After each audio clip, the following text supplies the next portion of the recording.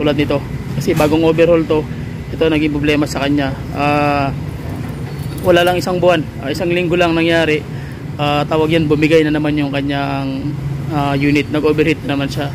Walang power kasi paano malaman na walang power? Kasi nga tawag niyan, ang nangyari dito is sumingaw yung kanyang head gasket. So walang magpalang araw guys. So another client naman tayo na Suzuki Q680, A64, A63.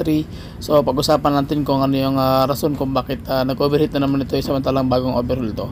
So ang ginawa namin guys, sinanggal namin yung engine. So check muna natin yung buong mechanism. So yung engine ngayon ang problema guys, tuturo ko sa inyo. Basic pointers pa rin, madaling tutorial lang to para malaman nyo sunod kayong nagpapa-overhaul ng mga makina, especially sa mga unit owner and then sa mga sa mga baguhang may mekaniko. Okay, tsaka sa mga nagbabalak ko lang mag-mekaniko guys, ito yung basic pointers para malaman nyo kung bakit nagbabacktab yung trabaho ng isang mekaniko, pabalik-balik yung trabaho. At least alam nyo yung idea kung ano yung dapat yung gawin at sa susunod na gagawin nyo, mag-iingat na kayo.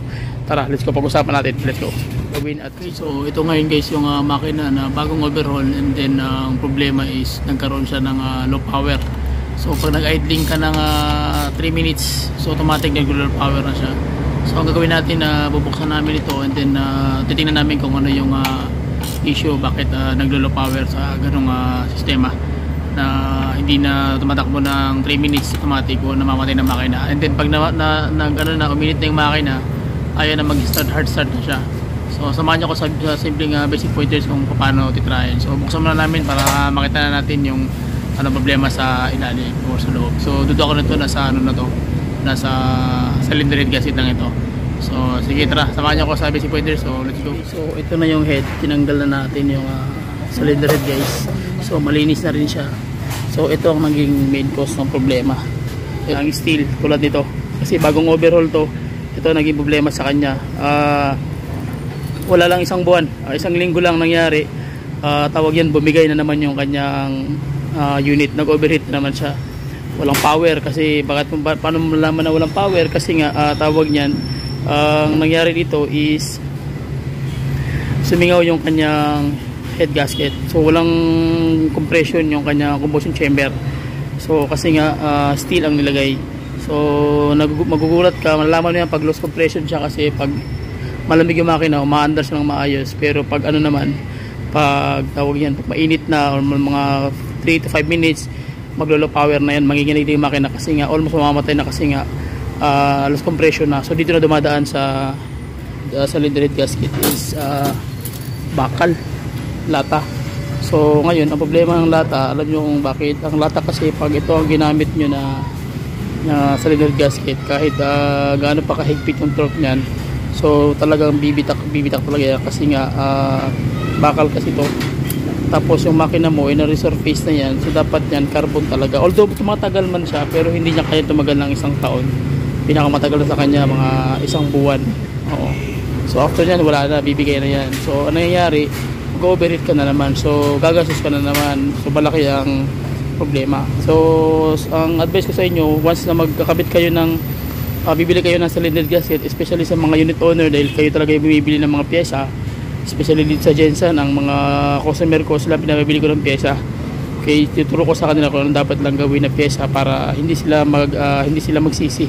Okay, so ang nabibili ko talaga is instead na ganito, kahit anong klaseng unit, kahit Ford pa yan, Toyota pa yan, hindi ako nagkakabit ng ganitong steel.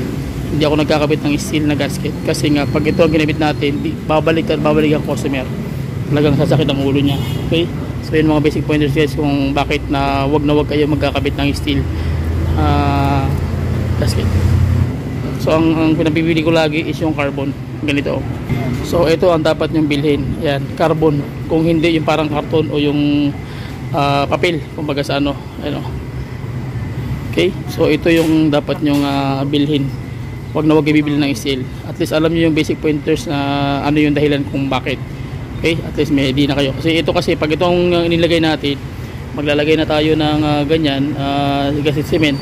So ito didikit yung kanyang papel doon mismo sa block at sa head. So may iipit siya, mapaplatin to.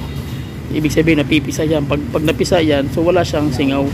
So may hawak talaga siya. So hindi kayo mamblema Kahit pang matagalan nito, almost 5 to 10 years, depende pa yan sa pag-handle. Kung wala lang problema yung paghahawak ng driver, so tatagal ito hanggang 10 taon to 15 years, depende yan sa pagdala ng sasakyan ng may-ari. Okay, so yun ang mga basic pointers. At least alam nyo kung paano siya tirahin, kung ano yung dapat yung gawin. Okay, basic pointers guys, para at least alam nyo yung dapat yung gawin sa susunod na i-overhaul nyo. Kailangan wag po tayo, especially sa mga unit owner, wag lang tayo bibili kung ano yung pinapabili ng mekaniko. Kailangan alam natin kung ano yung dapat natin gawin at dapat natin bilhin, especially sa head gasket. Dahil pag once na head gasket po ang nagka-problema, sakit yung ulo ng mismo ng may-ari, sapagkat mismo yung mekaniko marami na pong ipapabibili yan, huhulaan na lang almost yung kanyang tira.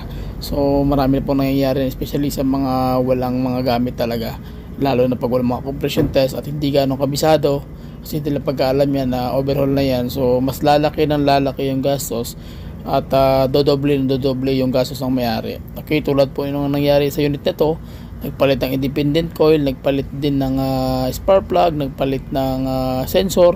So napakarami na po na pinalitan ng may-ari, kaya sumakit yung ulo niya hanggang napunta sa atin unit guys. So na find out ko na loss compression talaga.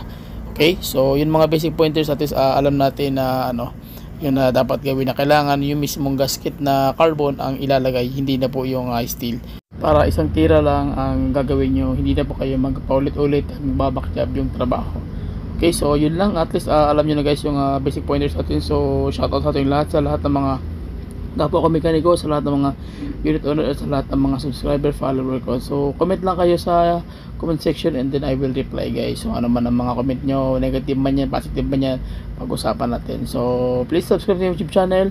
Bye bye and God bless. See you. Alright. Okay.